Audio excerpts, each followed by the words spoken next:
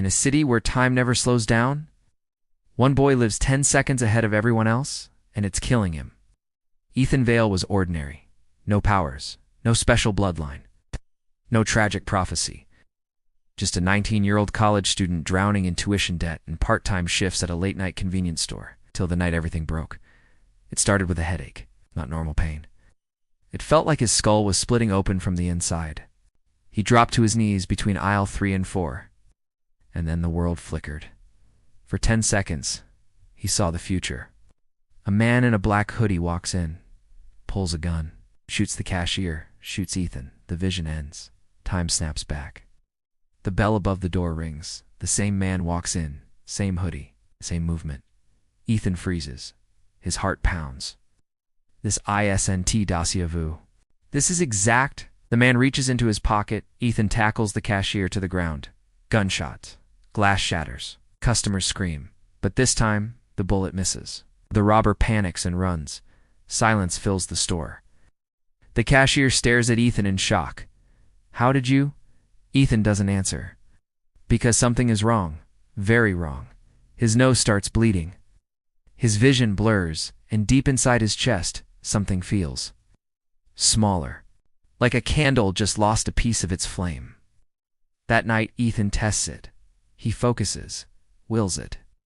Pain explodes in his head, and again, 10 seconds forward, sees a car about to run a red light. Time snaps back. He steps off the curb. The car speeds past, misses him by inches. He laughs, half terrified, half amazed. He can see 10 seconds into the future, but each time, the pain grows worse, and strange bruises appear on his arms. Dark, vein-like, spreading. Weeks pass. Ethan learns the rules. 1. He can only see exactly 10 seconds ahead. 2. The vision is fixed. It shows what will happen. 3. If he changes something, the timeline adjusts. 4. Every use weakens him physically. He times it. Heart rate drops after each vision. Stamina decreases. He gets tired faster. He checks medical forums. Symptoms don't match anything. Then one night the visions change. Instead of accidents, he sees violence. A subway explosion. A woman pushed onto train tracks. A sniper on a rooftop. These aren't random. They're connected. And somehow, he's always nearby. One evening, while walking home, the headache hits harder than ever. He collapses in an alley. Vision activates automatically. He sees himself shot in the chest by a woman with silver hair, standing 5 feet away. The vision ends. He looks up, and she's there, watching him. You can see it too, can't you? She says calmly. His blood runs cold. She smiles slightly. Relax. If I wanted you dead, you'd already be. Her name is Mara Kade, and she can see 5 seconds into the future.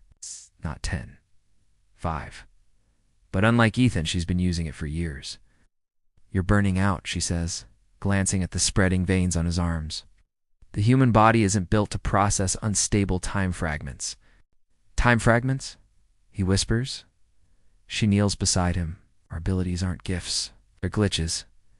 According to Mara, certain people are exposed to something called temporal fracture energy. Microscopic distortions in reality. Government doesn't know, but someone else does. A group called the Continuum. They believe time should be controlled. And they hunt people like Ethan. Suddenly, gunshots echo down the alley.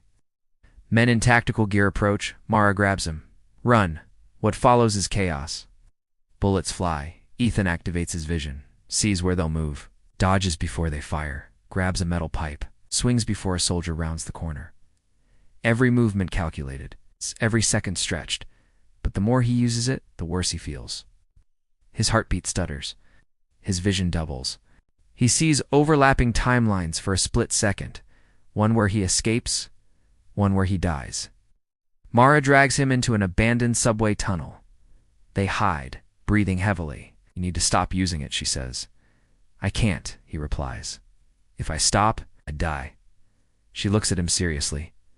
No, if you continue, you disappear. She explains. Each vision doesn't just show the future, it borrows it. 10 seconds of his lifespan are erased every time. Metaphorically. Literally, he's not just seeing ahead. He's cutting pieces off his own timeline. Ethan does the math. If he's used it around 300 times, that's 3,000 seconds. It's 50 minutes. Gone. But it's worse than that, because heavy uses cost more. He might have already lost days, maybe weeks, maybe years. And he doesn't even know how much time he had to begin with. The continuum attacks again. This time in public. They don't care about collateral damage. They believe unstable time users could tear reality apart. Mara wants to run. Ethan hesitates, because he sees something in a vision, a bus explosion. Children inside, 10 seconds ahead. He has a choice. Save himself, or burn more of his life saving others. He closes his eyes, activates the vision, again and again and again, each time adjusting his movement, pulling people out, redirecting chaos, till he collapses. The explosion still happens, but no one dies.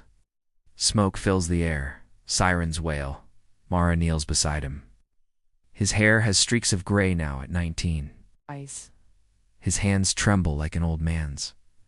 "You're fading," she whispers. He smiles weakly at least. Someone gets tomorrow. Later that night, Ethan receives his longest vision yet, not 10 seconds. But 30, he sees the truth, a massive temporal core beneath the city, the source of all fractures. The continuum plans to stabilize it, which will erase every person with time abilities, including him. The vision ends. Blood pours from his nose. 30 seconds cost him dearly. Mara watches him carefully. "You saw something big?" He nods. "If I destroy the core, the fractures stop in you." He doesn't answer, because deep down he knows, if the core is the source, and he's connected to it, destroying it might erase him completely. Final scene, deep underground. Core pulses like a beating heart made of light. Continuum agents surround it. Ethan and Mara fight their way through. He barely uses his power now, saving it for one final moment. He reaches the core, places his hand against it. Pain beyond imagination floods his body. He activates his vision one last time. He sees two futures. One, he walks away. Lives longer. But the city eventually fractures. Time collapses. Millions die. Two, he destroys the core. The fractures vanish. The abilities disappear. And so does he. The vision ends. He looks at Mara. 5 seconds, she says softly. "I see 5 seconds, and in all of them, you're gone." He smiles. "So then make the next 5 count." He channels everything. Every stolen second. Every borrowed future. The core shatters. Light explodes across the city. Time stabilizes. Silence falls. Mara opens her eyes. The fractures are gone. The veins on her arms disappear. Her ability, gone. She looks around. Ethan is nowhere. Not dead. Not alive. Just erased. As if he was 10 seconds ahead of the world one last time and chose never to come back.